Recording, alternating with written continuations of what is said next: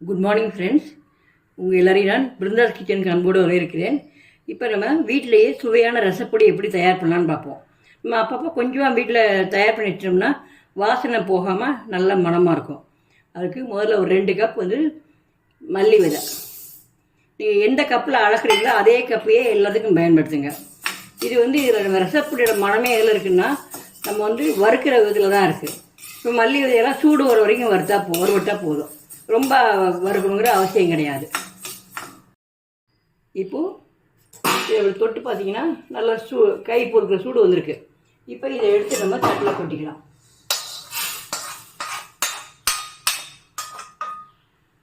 அடுத்து தோரம் பருப்பு நல்லா வாசனை வர்ற வரைக்கும் வறுக்கணும்.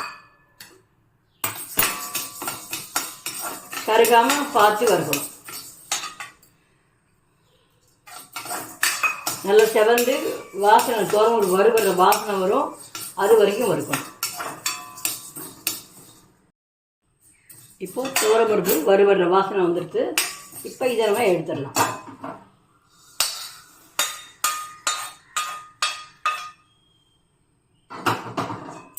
இப்போ அடுத்து கடலைப்பருப்பு போடலாம். கடலைப்பருப்பு அதே மாதிரி நல்ல வாசனை வர வரைக்கும் வறுத்துக்கணும்.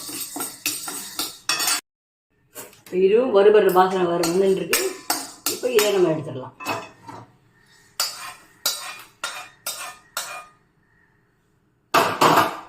இப்போ ஜீரகம் மிளகு 2 ஒன்றாவே போட்டு சூடு வர வரைக்கும் வறுத்தா போதும். ஜீரகம் சீக்கிரமே சூடு வந்துடும். இப்போது இதை நம்ம எடுத்துடலாம்.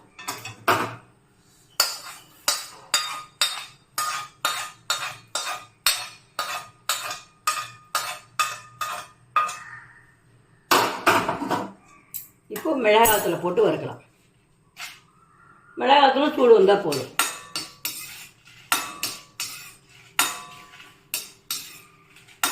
அடுத்து உங்கள்கிட்ட காஞ்சி கருவேப்பிலை இருந்தாக்க நீங்கள் அதை போட்டு வறுக்கலாம். நான் கருவேப்பிலை அப்போய் போட்டுக்கலன்னு ஆனால் கருவேப்பிலை போடல. இப்போ அடுப்பை அணைச்சிடலாம். அடுப்பை அணைச்சிட்டு இதையும் நம்ம எடுத்துடலாம். எல்லாத்தையும் நம்ம ஆற வச்சுருக்கோம். ரூம் டெம்பரேச்சருக்கு வந்தவுடனே மிக்சியில் போட்டு அரைக்கலாம். இப்போ நல்லா ஆறிட்டு நம்ம மிக்சி ஜாரில் போட்டு அரைச்சி எடுத்துன்னு வரலாம். இப்போது சுவையான ரசப்பொடி தயார். இதுக்கு முன்னாடி சேனலில் போட்டிருக்கேன், அந்த லிங்கையும் உங்களுக்கு தரேன். அதையும் பார்த்துங்க. உங்களுக்கு எந்த மெத்தட் பிடிக்கிறதோ அந்த மாதிரி நீங்கள். நான் எப்பவுமே ஒவ்வொரு மாதிரி செய்வேன். அதனால் இந்த தரம் வேறு மாதிரி மாற்றி செஞ்சுருக்கேன் நான். நீங்கள் செஞ்சு பார்த்துட்டு உங்கள் ஒப்பீனியனை கமெண்டில் போடுங்க. நன்றி.